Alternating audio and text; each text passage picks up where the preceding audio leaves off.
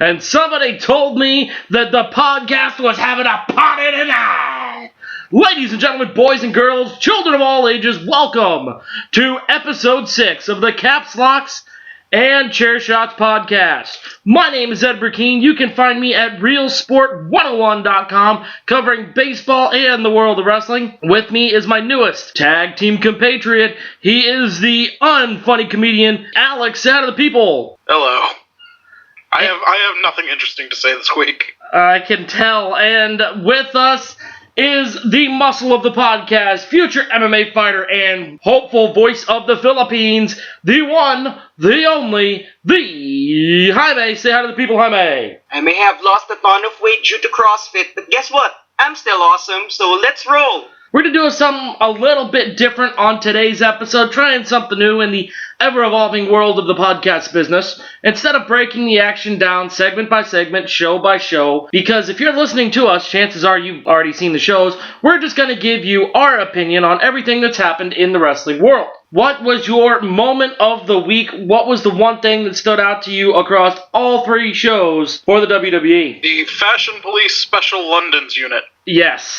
Yes, I can't say yes enough.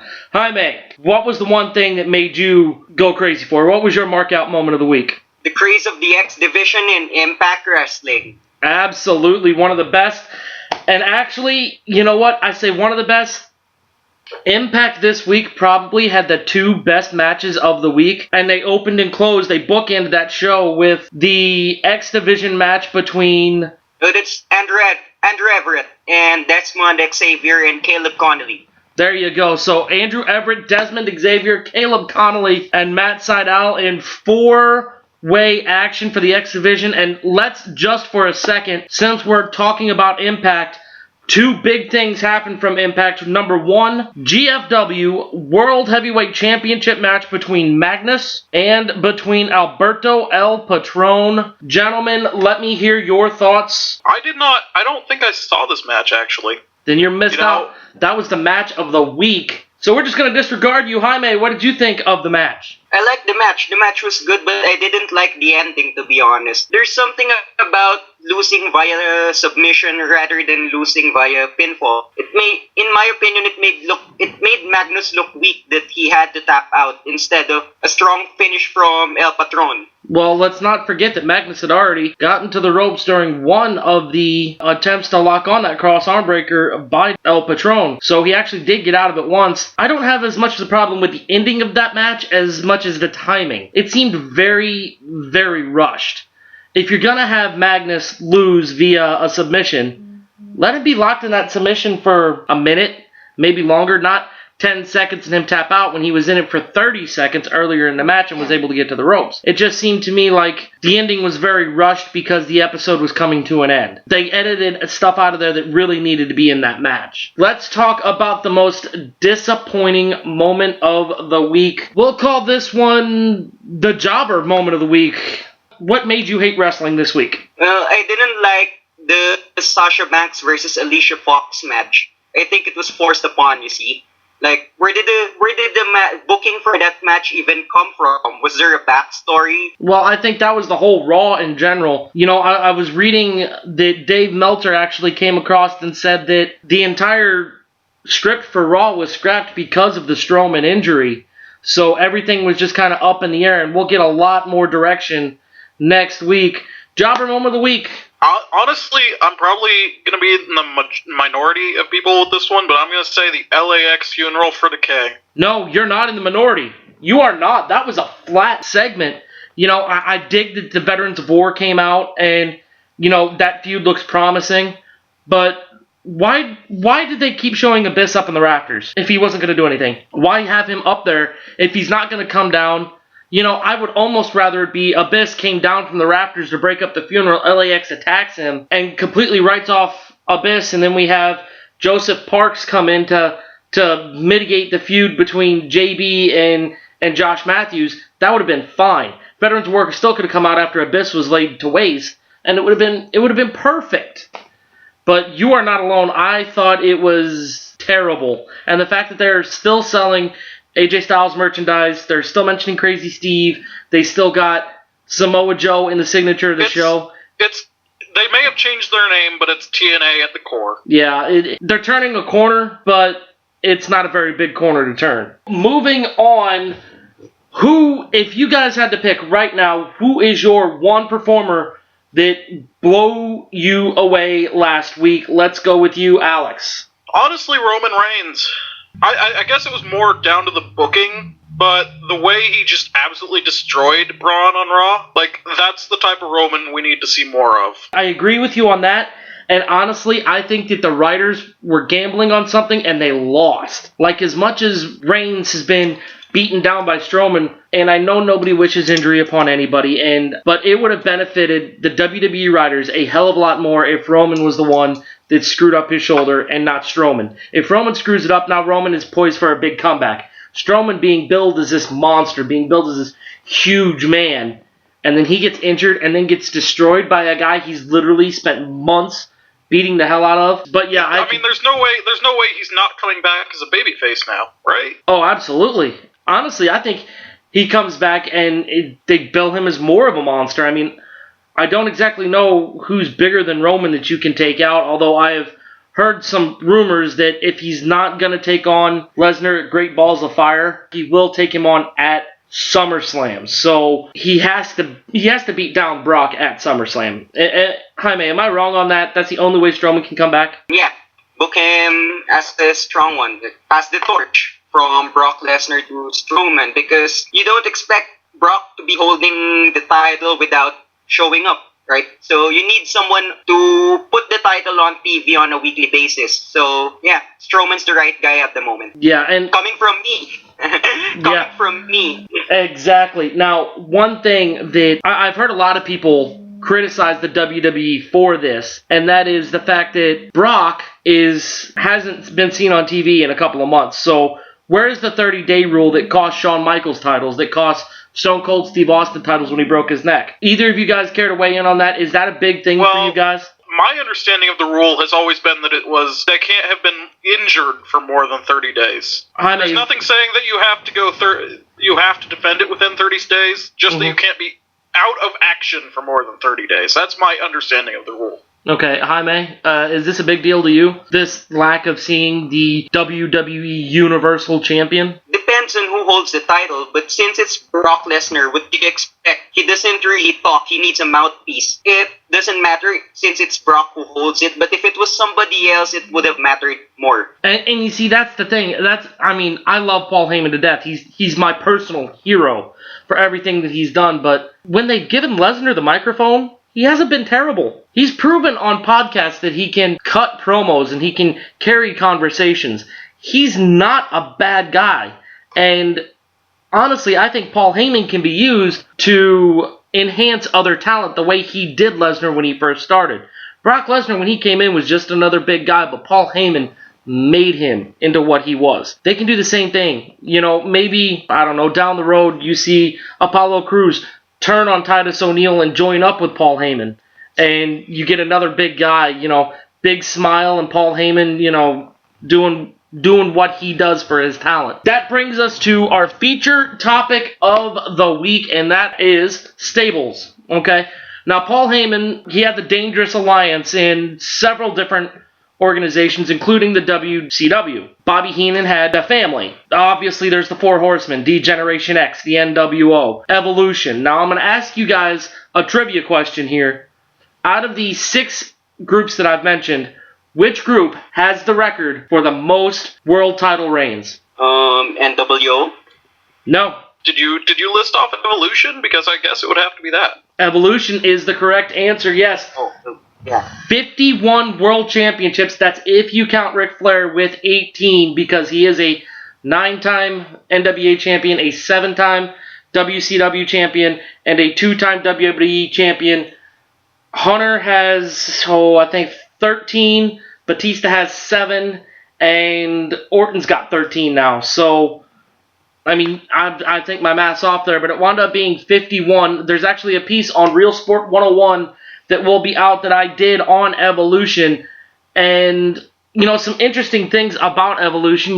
We spoke a few weeks ago, Jaime, about Mark Jindrak. Oh, yeah. About how he was supposed to be the big guy, the Batista role for that. and how things things definitely changed.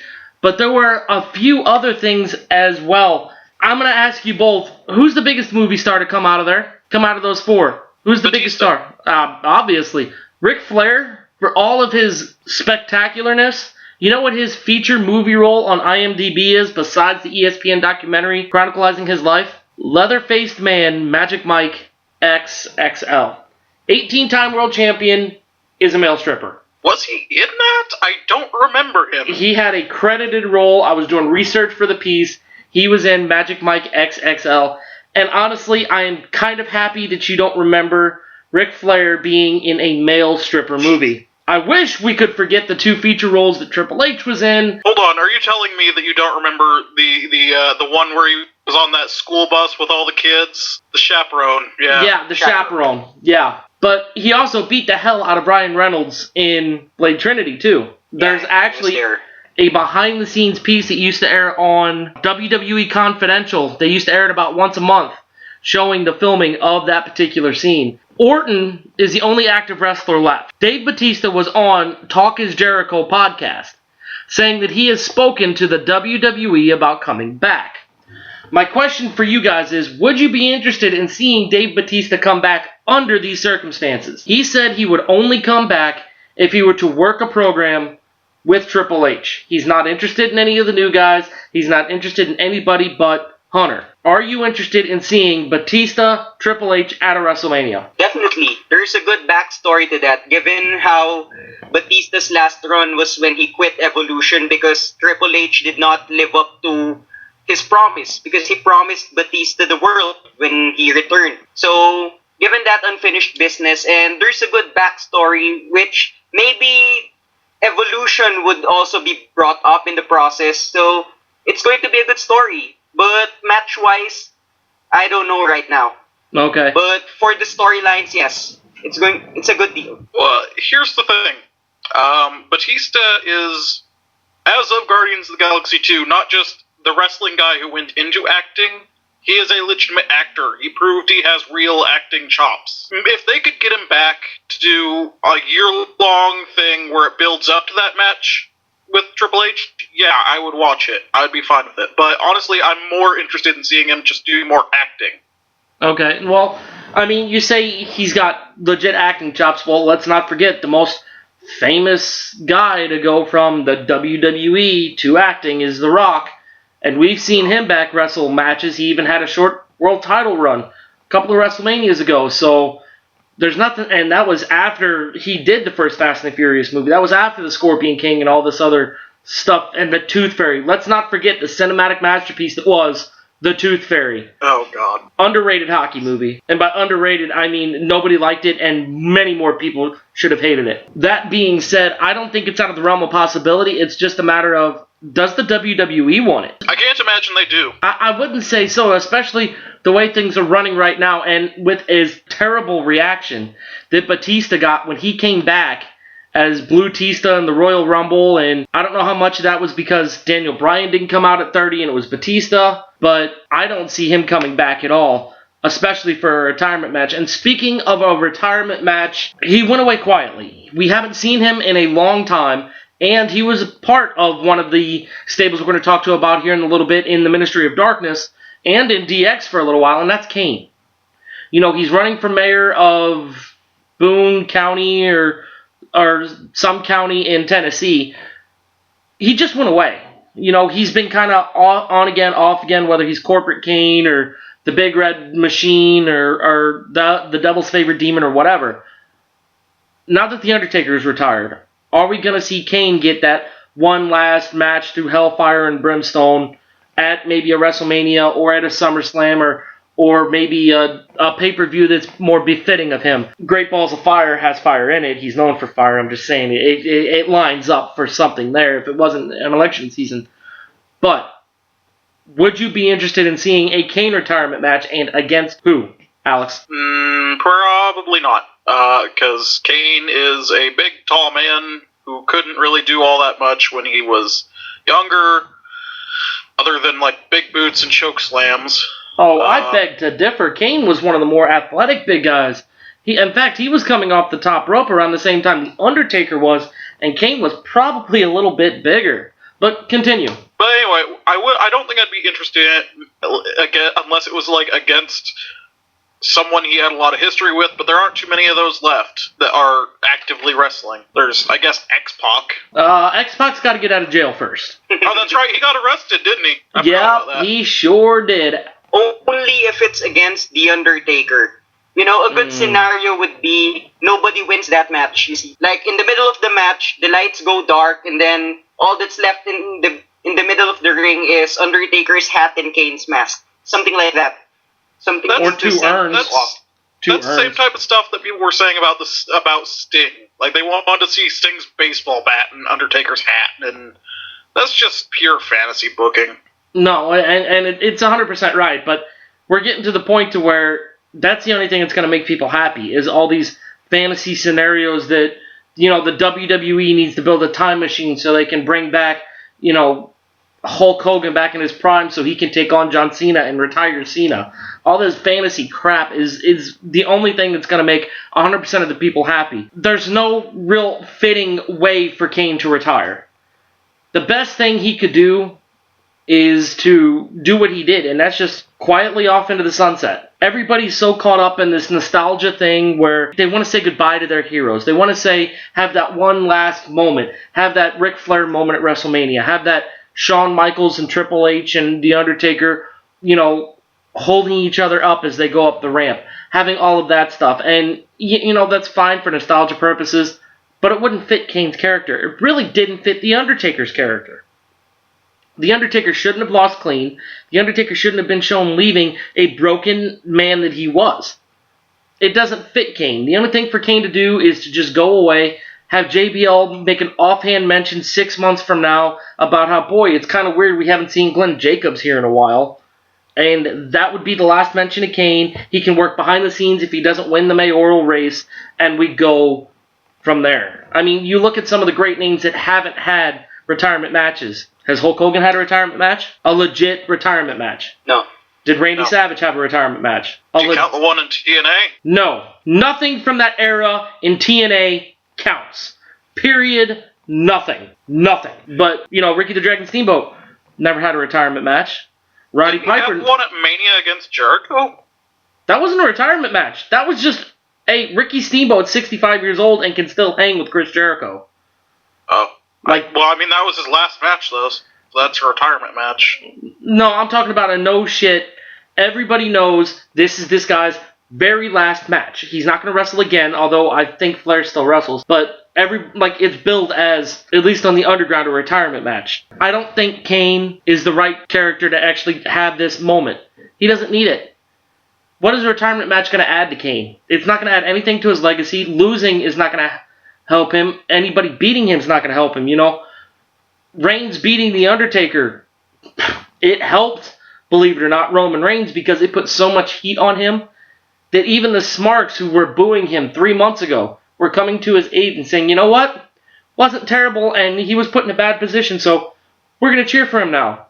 And everybody thought that it was the worst freaking decision for Reigns to retire The Undertaker. And look at him now.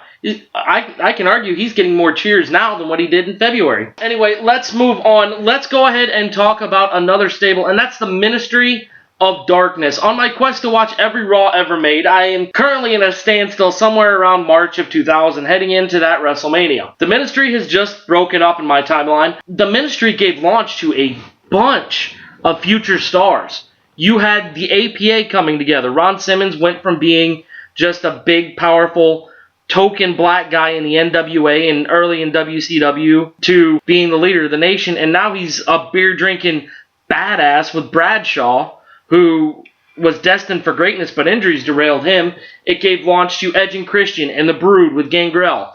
It gave launch to Viscera. It gave launch to Mideon for all of Mideon's great things that he ever did. And it helped The Undertaker. So, the biggest star to come out of the Ministry of Darkness, Edge, Bradshaw, or somebody else. Discounting The Undertaker? Discounting The Undertaker. I guess it would have to be Edge. Agree, Jaime? Oh yeah, definitely. So you guys are going to sit there and tell me that the Rated R Superstar is a bigger superstar than the wrestling god that is JBL?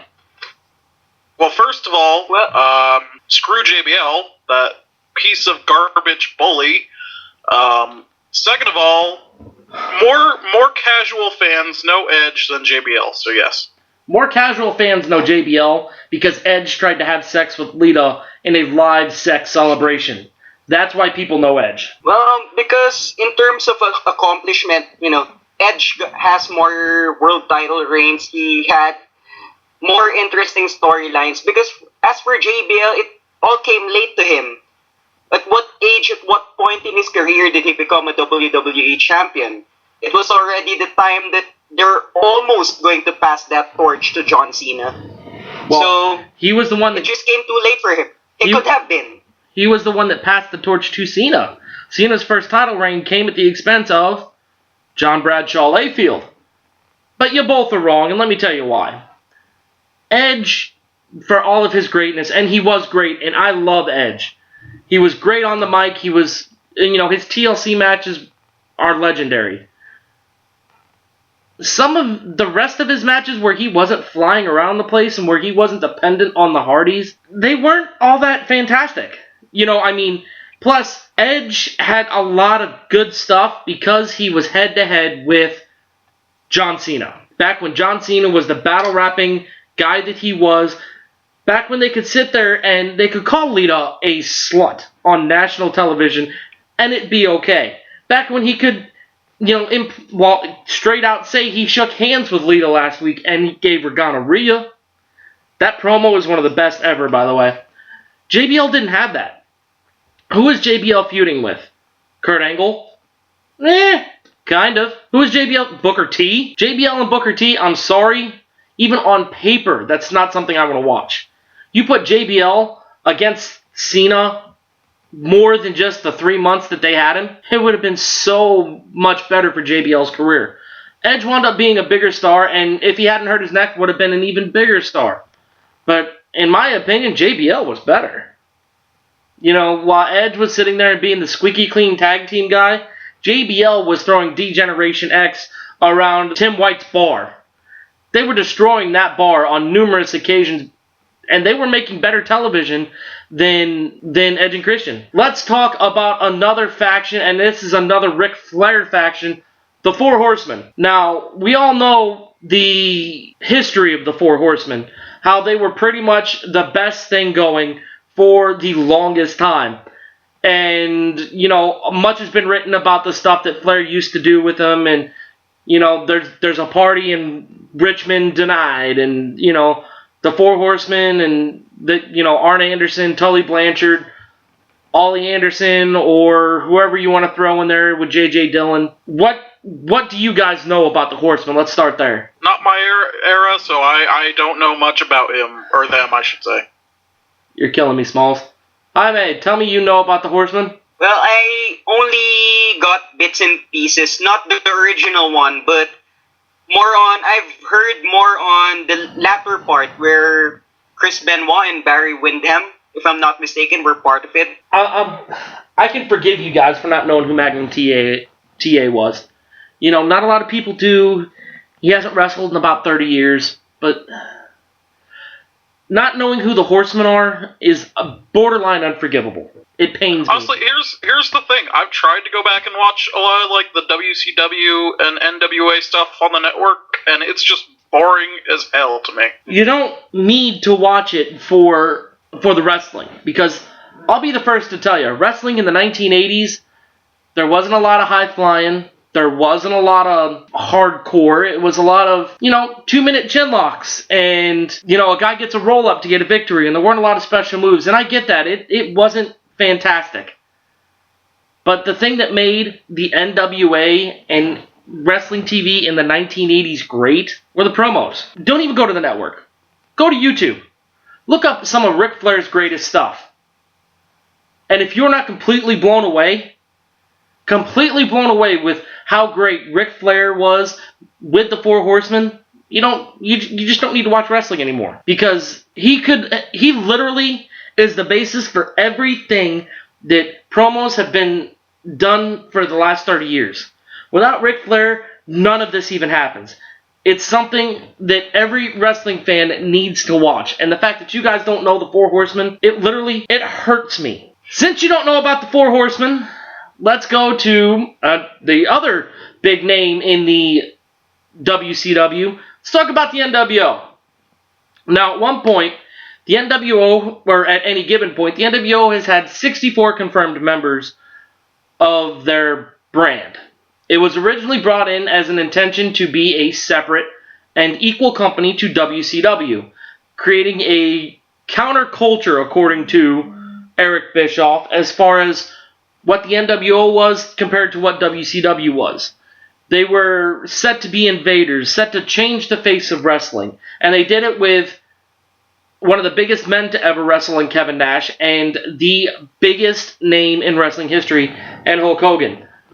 Out of the three members of the NWO, Jaime, Scott Hall, Kevin Nash, Hulk Hogan, which one was the best overall? Not just on the mic, but counting in-ring action as well. I should say Scott Hall. You see, he didn't get a lot of title reigns like, let's say, your Nashes or your Hogans, but he's pretty much underrated in the ring, you see. Despite the drug problems in the past and everything, he's been known to put up good matches. Okay. Even better than Hogan. Absolutely. And honestly, I was kind of fishing for you to say Hall, because I completely agree with you. You look at the matches that Kevin Nash had, they're not great.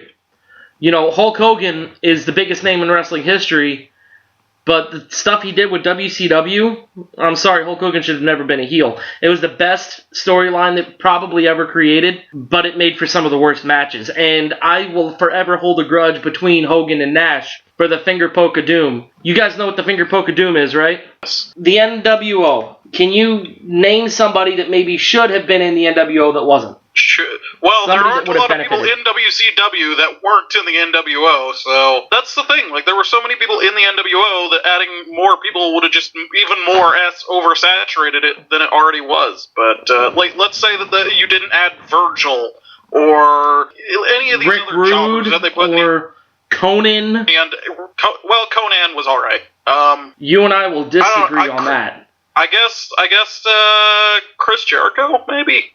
That is true. Jericho was never in there. I was thinking more along the lines of maybe Ric Flair, Eddie Guerrero.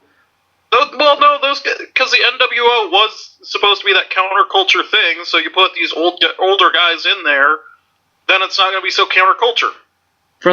They had everyone but 7 people at one point on the entire Nitro roster with the NWO.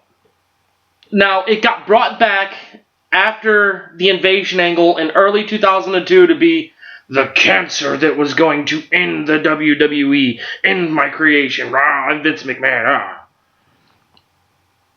Was it the right thing to do? Was it the right thing to do for the WWE to bring back the NWO just so we could build toward a Hogan Rock match at WrestleMania? Yes, it was the right thing for them to do to bring the NWO back, but not at that time and not in that way. Honestly, they should have just brought them back during the invasion, but, you know, I guess if they didn't want to blow that much money, then fine. Well, it wasn't about blowing that much money. It was the fact that contracts legit couldn't be reached because of the buyout deal with AOL Time Warner. I believe they did have the option to buy out the contracts from Warner, but they just didn't want to spend that much money. Well, that was the thing. They had the option to buy those contracts at an exorbitant amount, but we're going to get into the whole death of WCW next week. There's a lot of stuff I want to cover, and it may be the topic of the special me and the real Danny D are going to feature later on this week. Jaime, let's go to you. The match between The Rock and Hulk Hogan wasn't known for its technical prowess. It wasn't known for being an instant classic. I have said it before and I'll say it again. It is my favorite WWE match ever. What were your thoughts? To me, I'm not really a fan of Hogan in the ring ever, you see. I like his promos, but I never really liked him in the ring. That's why I already had a prejudice going into that match. But the matchup is good on paper. The build-up, the promos that the two could produce will be good, but I'm not really a fan of the match itself, you see, the action as a whole, because I was never a fan of Hogan's in-ring ability. You're wrong, and I'm going to tell you why. Hulk Hogan is the biggest star ever. The Rock was the biggest star, with all due respect to Steve Austin, going at that time. If you're watching that match for its moves, you're wrong. If you're watching that match for anything other than the first 10 minutes, you're going to be disappointed. But when you have Hulk Hogan come out, when you have The Rock come out, and they are nose to nose in the ring, and the crowd, 70,000 people in Toronto, half of them are chanting for The Rock, half of them are chanting for Hogan, and before the bell even rings, you get a "This is awesome" chant. It was truly the passing of a torch. It was truly something that was fantastic to watch, because you never thought you were going to see this with Hogan in WCW, and The Rock being the people's champion in the WWE, and vowing he would never leave. When Hogan and Nash and Hall didn't show up for the invasion angle, along with Goldberg, along with Sting, along with just about every big name in WCW, you thought you were never going to see it. And then that little spark, the beginning of the snark in all of us, every one of us that have ever sat with their buddies and thought, man, it would be cool to see Steve Austin and Bruno Sammartino. Hogan and Rock was one of those matches everybody clamored to see. And we finally got to see it. That's what you watched that match for. Because it wasn't for every move. It was for the history of that match. It was for what it meant to the industry. You know, we never saw Flair and Bruno. We never saw Sting and Austin. We never saw two of the biggest names ever go at it. You know, we never saw Flair Austin. We never saw Flair Rock. But two of the men that are arguably two of the best ever faced off in a match. And, you know, the in-ring work wasn't terrible. But the first 10 minutes where the crowd is electric, and after, you know, Hogan throws The Rock into the ropes and he falls back and he stands up and he looks and the camera cuts to Hogan, he's sitting there doing his poses. I don't care who you are. If you ever watched wrestling from 1980 to 2001, you marked out for that moment. Because you saw the immortal, the Hulkamania leading Hulk Hogan eating his vitamins and saying his prayers with his 24-inch pythons come back and go one-on-one with the Great One, and it was fantastic. Let's talk about the group that some people claim was ripped off of the NWO. Some people claim the NWO was ripped off of them. Talking about D-Generation X. Now, there have been really 3 incarnations of DX. Shawn Michaels, Triple H, and Chyna. Triple H, Chyna, X-Pac, and the Outlaws. And then the last one was just Shawn Michaels and Triple H. Jaime, what was your favorite DX? I like the one with Triple H, Chyna, and the X-Pac, the New Age Outlaws. And was Shawn Michaels with them that time? No, Refresh my memory. Shawn Michaels was injured. He had lost his smile at that point, and then he became WWE or WWF commissioner and was loosely affiliated but not quite linked to. So no, he was not with him. Because that D-Generation X, the one with Triple H and the New Age Outlaws, that was like the midst of the Attitude Era. Am I right? That's right. Yes, that was in fact, the genesis of D-Generation X, which took place the night after Shawn Michaels lost the WWE title to Stone Cold Steve Austin with Mike Tyson as a guest referee. The next night was when Triple H brought X-Pac back to the WWE, and that was one of the culminations of the Attitude Era, so yes. Yeah, because I already mentioned that I was more of a WCW guy back in the Attitude Era.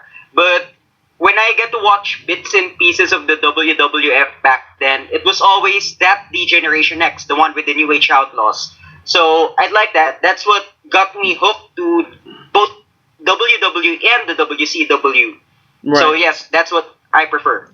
Well, out of all the DXs. In large part, the reason that you see that is because a lot of the stuff that Shawn Michaels and Triple H did with Chyna before Shawn Michaels lost to Austin at WrestleMania, they can't really show a lot of it because it was very risque, and a lot of what they did, well, they almost got Raw canceled because of certain segments that they did, so it's understandable why you don't see a lot of that Alex, is that era your favorite for DX as well? I've seen the Shawn Michaels Triple H China one, and I've seen the Shawn Michaels Triple H one from the mid 2000s. I did not actually watch much of the actual Attitude Era one with X-Pac and the New Age Outlaws and Triple H.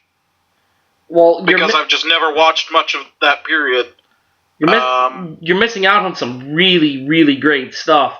Okay, so out of the incarnations that you did watch, I'm guessing the most recent is the one you're gonna take claim for? Honestly, no. I'm gonna say the older one. I'm gonna say the one with China. Yeah, I mean that is kind of fitting because of who the last one where they were fighting Vince McMahon and the Spirit Squad. It was juvenile. They were like, oh, we're gonna pick our boogers and we're gonna drop poop on you. Hey, it was always juvenile. There was nothing about it that wasn't juvenile. It was sophoristic humor on par with fart jokes and pointing to boobs. But that was pretty much what the Attitude Era was. But in the mid 2000s they went PG and they couldn't even point to the boobs and talk about penises anymore. So Whoa.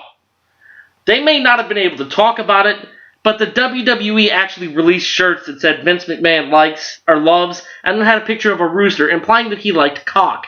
There was a scene on Monday Night Raw. That was the best they had, and even that was just. It gave us Big Dick Johnson. That version of DX gave us whatever. You're jealous, man, because Big Dick Johnson got the ladies. That's all it was. Oh, I'm sure. All the fat, ugly ones, sure. Hey, big women need love too, man.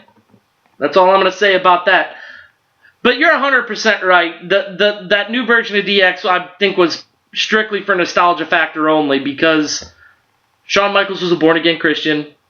Can't really do too much. And then what they did try to do, it was hilarious, but it was pretty much just Triple H being Triple H. Like having him and Candice Michelle sitting there and standing at a table and getting something under the table, and it wound up being two girls doing it.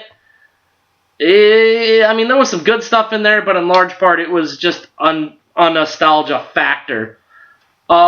Is there anybody that I haven't covered that you guys would like to talk about? Jaime, what's the one stable that we haven't mentioned thus far? You have already mentioned WCW stable, so this one is at the tail end. Since I was thinking about the natural born thrillers, like another what if. What if, the WWE stuck with them after the invasion angle? Like, you see, you had how many, 5-7 guys who were Vince McMahon type guys, the big bodied, tall, good looking guys. And some of them could actually, perform good on the mic. You see, you had your Chuck Palumbos. Mark Jindrak isn't that bad as well. So, what could have been if they had stuck as a stable after the invasion angle? Could they been big stars before eventually splitting up into their own singles careers? Now, correct me if I'm wrong here, but Chuck Palumbo was in that stable you speak of, correct? Yeah. So, if Chuck Palumbo stays in that stable, we don't get the Billy and Chuck commencement ceremony, which means we don't get to see Eric Bischoff in 5 pounds of makeup. We don't get the debut of 3 Minute Warning. Billy Gunn doesn't get 2-3 more tag team title reigns. So I don't hate that team didn't stay together. There was so much wrong with how the invasion angle went down. If that's the biggest problem you have with it, you're a very optimistic person. Alec, what's the one stable that we haven't brought up that you would like to discuss? We have to kind of talk about the biggest one in wrestling right now, and that's the Bullet Club. I knew it was coming. I knew it was a dangerous subject when I brought it up, that eventually that group was going to be named. So let's talk about it. People have been clamoring that the Bullet Club should come to the WWE. The pieces are literally there. Anderson, Gallows, Balor, AJ. When should this happen, and who's the leader? Well, when should it happen? It should have happened about 2 or 3 years ago. Because now no one cares about the Bullet Club anymore. It's last year. No one cares about the Bullet Club. But if it were to happen now, it should be Finn Balor as the leader, and it should basically just be almost a reboot. It should just be them redoing it. If they reach the WWE, the others jump ship to the WWE. There are rumors that Adam Cole's coming. So I think it would be a fitting storyline for AJ Styles and Finn Balor to feud over the leadership of the Bullet Club. Well, they could have Adam Cole, baby, come out on top, right? I'm going to refrain from speaking because I'm still on my no indie discussing policy. Now, there are two that we haven't brought up, and those are probably, I know for a fact they are before both of your time. If you guys don't know who the freaking Four Horsemen are, I guarantee you guys don't know who anybody was in the Heenan family or who anybody was in the Dangerous Alliance. Am I wrong on that? Actually, I know a little bit about the Dangerous Alliance, not too much about the Heenan family. Speak to me about the Dangerous Alliance. Tell me what you know. I know it was led by Paulie Dangerously, or Paul Heyman. I know it had Stunning Steve Austin in it, I believe. And the guy in the gun segment that I can't remember the name of, even though it's right there on the tip of my tongue. He was one half of the Hollywood Blondes, a world tag team champion. He was also the Insane. He was in the Ambrose Asylum before Dean Ambrose was thought of. He is the former Cincinnati Bengal, Flying Brian Pillman. Yes. Yes. And that's about all I know of it, other than I've seen a couple matches. I weep for the future. I weep for the future. Jaime, do you know anything about the Heenan family? Anything? Nah. How about the Dangerous Alliance? Well, aside from the fact that, Steve Austin got his start there and Rick Rude was part of it, if I'm not mistaken. Very true. Right? Yes. In fact, that was one of the reasons we saw Rick Rude go to ECW, was his close relationship with Paul Heyman, and the fact that Rick Rude was in ECW to challenge Shane Douglas, to find Shane Douglas better talent, is how we got Bam Bam Bigelow to Philadelphia. It's how we got a number of primo big-name stars to go to the ECW arena, the bingo hall in South Philadelphia underneath a highway, was because of Paul Heyman's Dangerous Alliance and his relationships with a number of superstars, including Steve Austin, including Rick Rude. But the fact that you two can't tell me anything about the Heenan family. Bobby Heenan, the greatest manager of all time. It hurts. I'm not going to lie. It hurts me as an individual. You guys need to do some homework. You guys need to do some work either on the network or on YouTube and just look at the greatness that was Bobby the Brain Heenan. The whole thing, WrestleManias were built around the Heenan family. Andre the Giant, WrestleMania 3, the biggest match in the history of the WWE was because of Bobby Heenan and the Heenan family. Mr. Perfect, just so many people were a part under the tutelage of Bobby Heenan. You guys need to look this up. I implore you to check it out. The second topic I wanted to discuss here today is the WWE Universal Champion, the next big thing, the Beast Incarnate, the Mayor of Suplex City, Brock Lesnar. First question I want to ask, just to get it out over the way, if Brock Lesnar is the Mayor of Suplex City, does that make Taz the Governor? The Human Suplex Machine? What do you guys thought? Who had a better suplex, Brock Lesnar or Taz? Alicia Fox. Have you seen her Northern Lights? That suplex is awesome. I was very disappointed. I'm very disappointed with Alicia Fox and how her career has gone. I think she is a manager that got into the ring and never should have been. But I digress. Well, diversity of suplexes, it's definitely Taz. But, the ability to pull it off on numerous occasions and the ability to market it into a brand itself, that's definitely Brock. Suplex City. Yeah, well, that's more on Paul Heyman, isn't it?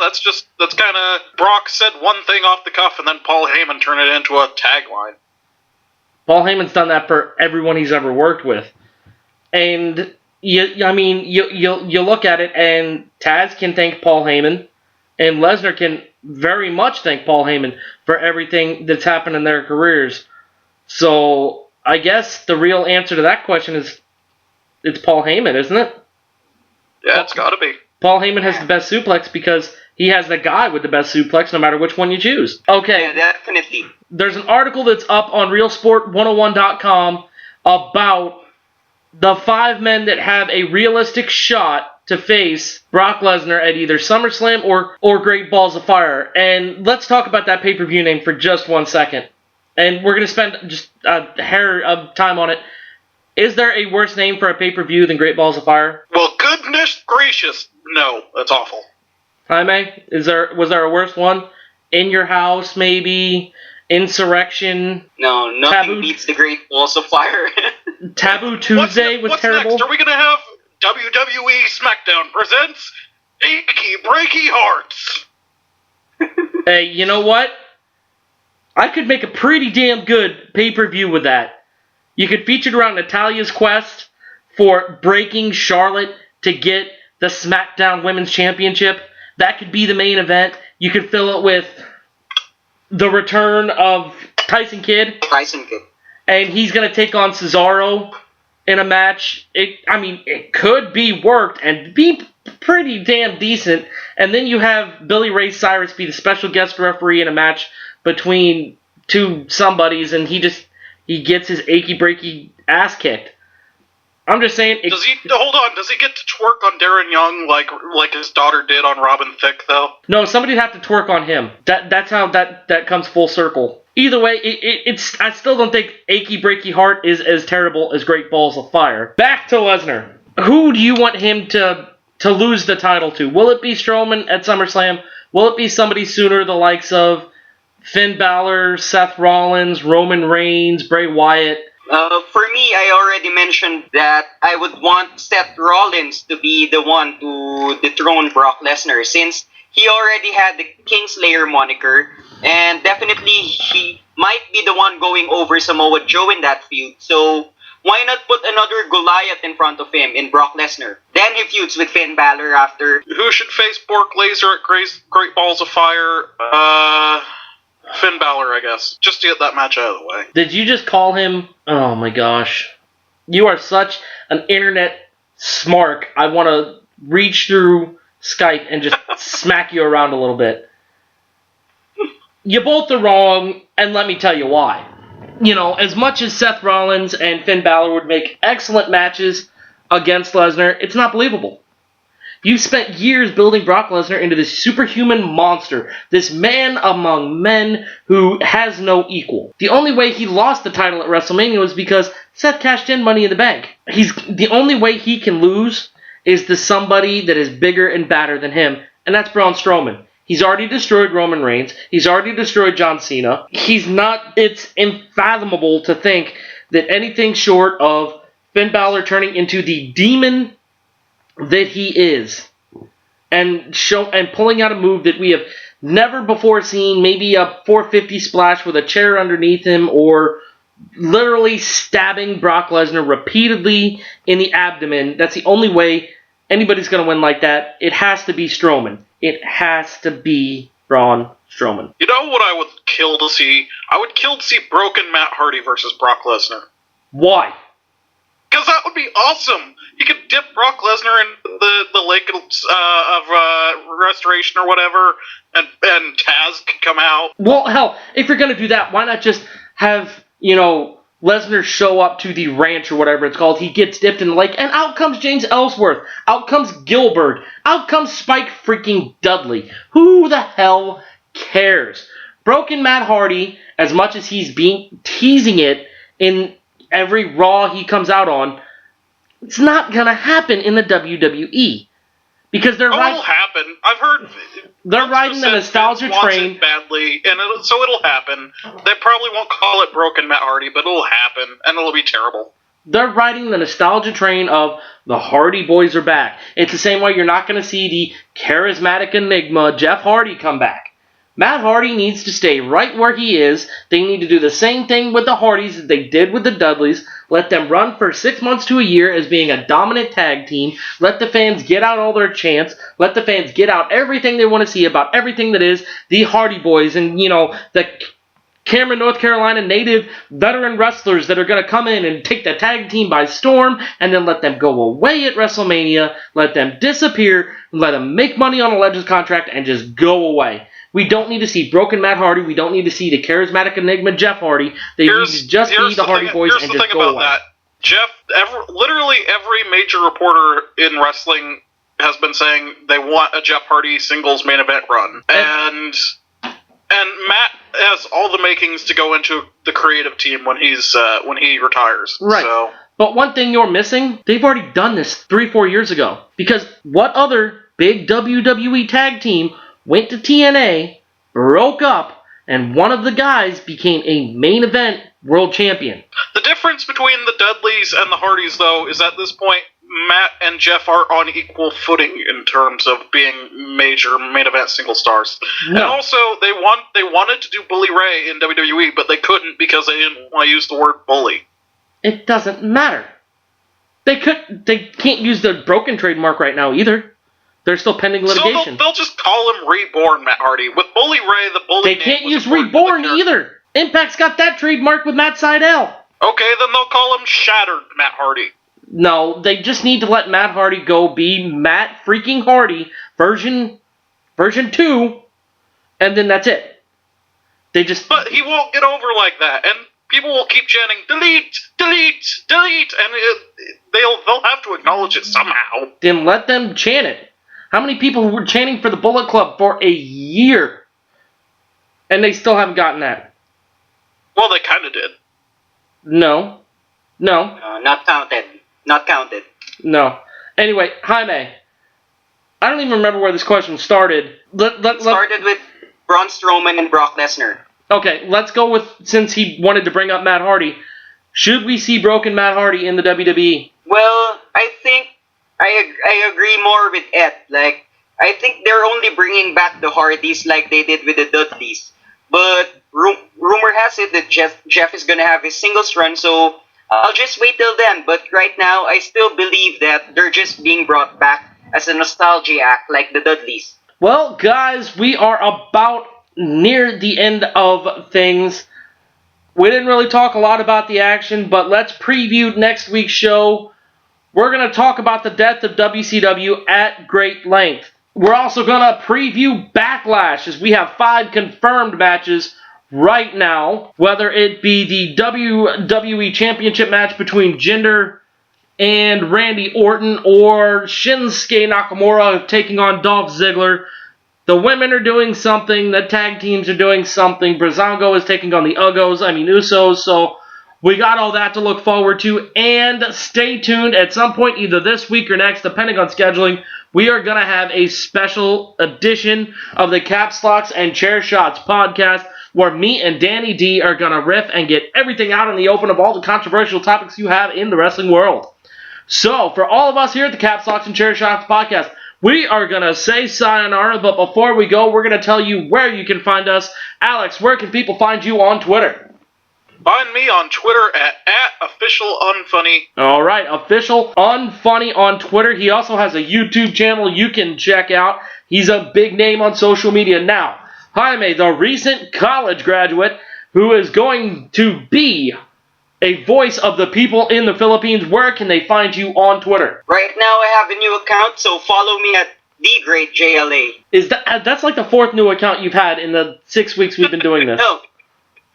No, because D. Jaime Luis did not work for me, so it was already taken. So I was thinking of another name, so since I like Austin Aries, so I thought of TheGreatJLA. Well, you are the one, the only. I guess I'm going to have to start calling you The Great as well. Alright, and ladies and gentlemen, you can find me in all the dealings with the Caps Locks and Chair Shots podcast on Twitter at CLANDCS. That's CLANDCS on Twitter. And if you're looking for this podcast on YouTube, you can find it at Caps Locks and Chair Shots. Just search that into the toolbar and you'll be able to find us there. You can also find us on SoundCloud. Be sure to look for both myself and Jaime on RealSport101.com. He does all the stuff with 205 Live. I do most of the recaps and all those little-known wrestling stories you may not have known about, and apparently my co-hosts don't know about either. That's all we have on the Caps Locks and Chair Shots podcast. And as always, ladies and gentlemen, if you're not down with us, we got just 2 words for you. Keep listening.